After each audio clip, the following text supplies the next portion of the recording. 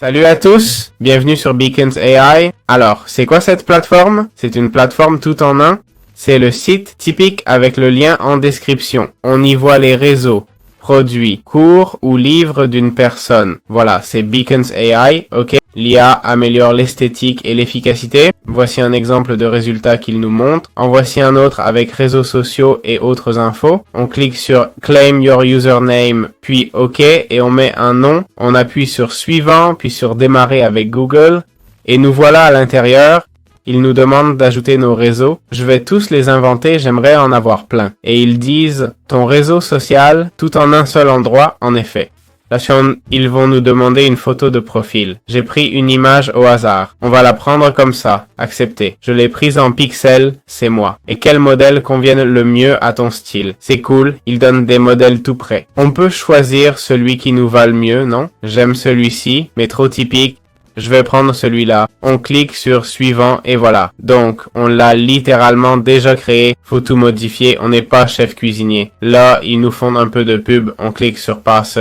On va passer. Et voilà, on peut commencer avec notre Beacon CGI. Aussi simple que ça. Salut à tous et bienvenue dans cette nouvelle vidéo où je vais vous expliquer comment personnaliser Beacons AI. Je vous indique que le lien sera dans la description. Donc, il faut simplement aller sur linkedin.be ou un site web. Et là, on peut personnaliser nos pages. On peut créer de nouvelles pages si on veut. Ici, par exemple, on a l'en-tête avec la fille et tout. Dans ce cas, c'est moi qui ai mis la fille. On pourrait changer le modèle si celui-ci ne nous convient pas. Sans problème, je vais sélectionner le même. On clique sur appliquer et le nouveau modèle s'applique. On peut aussi le prévisualiser. Là, on le prévisualise. Comment ça s'afficherait sur mobile, par exemple? On peut aussi changer l'apparence de la photo de profil. Si on veut qu'elle soit ronde, comme ça, si on veut qu'elle soit plus grande, en bas, si on veut qu'elle soit toute petite, ou si on veut ce style bannière ou plus minimaliste, comme ce style ici avec un fondu ou petit. Je pense que petit est le mieux. Si notre logo n'attire pas l'attention, on veut voir le reste ensuite, on aurait l'apparence qui serait déjà. Si on veut un dégradé en arrière-plan, un jeu de dégradé, une image, si on veut avoir une vidéo en arrière-plan par exemple, celle de la nature, rend bien je conseille des fonds contrastants avec vos infos, sinon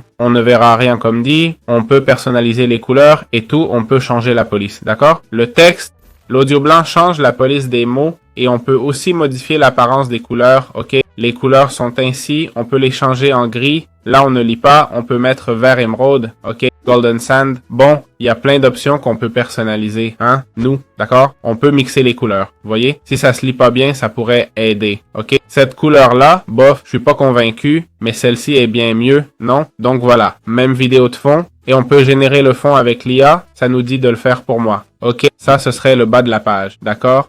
Je clique pour voir. Ah, il met les couleurs auto. Regardez, elles sont pas mal, hein? Voilà, c'est encore mieux. Suppose qu'il prend la palette du fond et essaye de faire un contraste, tout ça. On a un pop-up ici, pour l'email si on veut, ou pour promouvoir un produit, pas possible ici. En gros, un pop-up apparaît quand tu ouvres la page, un message quoi, puis la configuration.